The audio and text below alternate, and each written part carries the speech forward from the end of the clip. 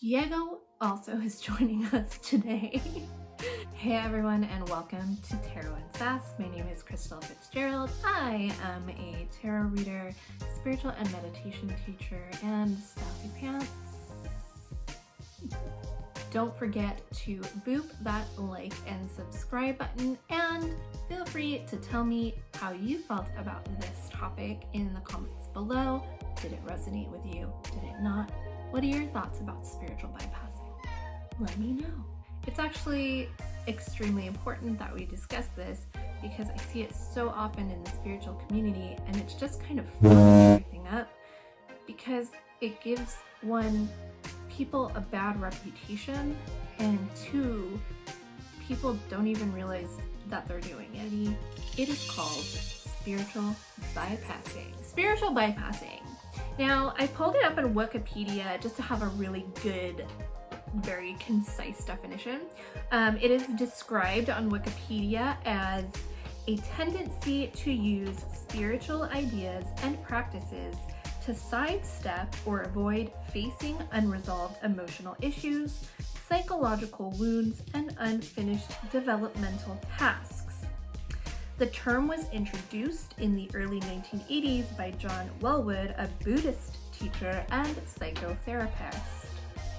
Now, I feel like as time has gone on and more people are taking a dive into spirituality, spiritual practice, tarot reading, Reiki, energy healing, you name it, I feel like there's a lot of room for negativity, and I'm gonna address some of these things very specifically today.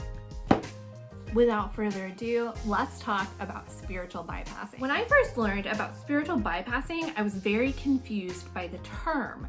I had no idea what it is. It was introduced to me, I think, via Facebook, and then I went and Googled a bunch of things about it, and I discovered, oh, does this apply to me? Am I spiritually bypassing something in my life? Now, in a more modern sense, like I said, this definition, this term was coined in the 1980s, but I feel like it's definitely taken on a more expansive and bigger meaning since then. And I feel that it just kind of encompasses a lot of what people express within the spiritual community and maybe even outside of it. So the first concept I want to talk about is twin flames. This is a huge error in judgment that a lot of people make. It isn't something necessarily that I resonate with, but I do notice a huge amount of spiritual bypassing in the spiritual community regarding twin flames and abuse. I first off want to say it is never okay for someone to abuse you, whether it's physical, emotional, sexual, or otherwise.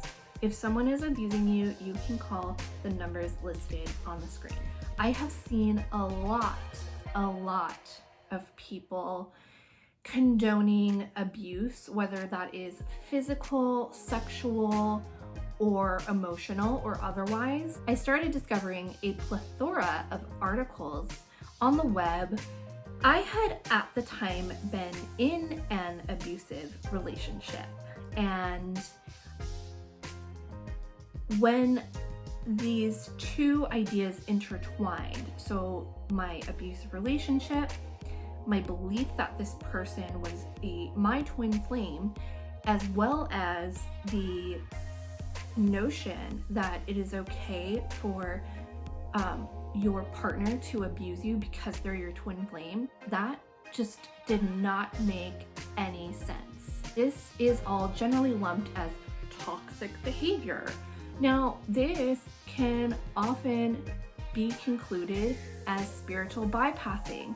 So the general population who perhaps believe in these notions are spiritually bypassing the abuse that you experience at the hands of someone else simply because of spirituality or spiritual concept. Number two, I've known quite a few people who believe that somehow they are, how do I put this, biologically immune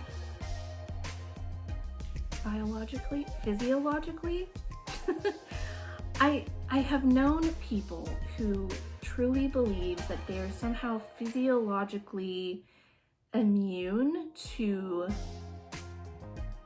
illness. There are plenty of people in the spiritual community who believe that they're being controlled by the government because the CDC recommends that we all wear masks. And I believe that protecting my body as a spiritual being in a human body is the most important thing that I can do. So I'm going to do everything in my power to protect it from illness if I can. Well, I have been screamed at, I've been ignored, I've been lambasted because I've disagreed with people who have said that they are somehow too woke or more woke than me or anybody to wear a mask. Suddenly that makes me a sheeple. A good point was brought up by one of my friends, Melissa A. Wiringi. She and I have known each other for years. We're both super spiritual. We both have taught A Course in Miracles. And really, it's all about being the best person you can be, truly acting out of love.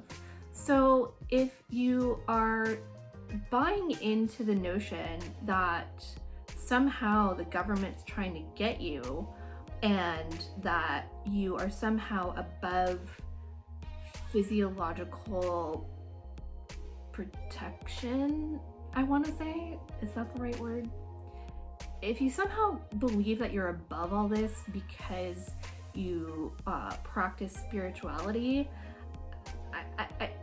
it's just, you are again bypassing everything we know on a human level, our human knowledge. Really, they believe that because of this great spiritual knowledge that they have somehow acquired, that they can somehow bypass a pandemic, and they believe that they're being controlled by the government.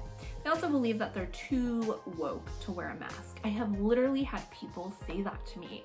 If you don't want to wear a mask, fine, but at least do so with compassion towards other human beings. Because really, at the end of the day, we are here to protect our human bodies. We are spiritual beings in human bodies. So we are here to protect our human bodies pretty much at all costs. We're here to keep our bodies healthy, right? Otherwise, we'd be eating junk food and pizza every day. Second part of that is compassion for other human beings. Now, knowing that you are a spiritual being in a human body, okay, that is the general notion of just being spiritual in general. You're a spirit being in a human body, having a human experience, okay? That's what we've come here to do. Now, knowing that, wouldn't you essentially view others the same way? Why would you call them sheeple? If it all turns out that it was fake, it was a hoax or whatever, I still have the peace of mind at the end of the day to know that I still went and protected myself as well as my fellow human. Simple as that. A third example, I believe, is bypassing so hard that you actually start ignoring the signs and the messages that you receive from the divine spirit, your inner guide, your higher self. I have been witness to many people who have felt that so hard about their purpose and their mission that they overlooked all these opportunities that would have been helpful to them in these periods of time when they were in need. They ignore these opportunities that the universe is giving them because they believe, they just hyper focus, they get this tunnel vision, and they take this tunnel vision to a whole nother level and ignore the messages from spirit. They ignore messages from divine. They ignore opportunities, divine opportunities that could help them or take them to a whole new level in their life. And so I just want to make it abundantly clear that these are major examples of spiritual bypassing, and people can do it all the time. I've been guilty of it. You know, I'm not just here pointing fingers at people. I'm just saying that these are just huge ideals that people are carrying around with them. And that is why it's so important to really tune out and turn inward, to truly recognize and hear your inner voice, to truly be able to listen, to stop ignoring opportunities, to stop heeding warnings, because the universe is here to protect us. The universe is here carrying us on the path. And yes, occasionally we'll detour the path. We'll stop living in our present moment, but we shouldn't be on a daily basis going out of our way to hurt each other or to say that abuse is okay, for example, because such and such is my twin flame. And these ideas are just kind of snowballing. That's been my little mini rant / vlog on spiritual bypassing. If you have any questions or if you've resonated with this, let me know in the comments. Don't forget to like and subscribe, and I will see you all soon. Bye.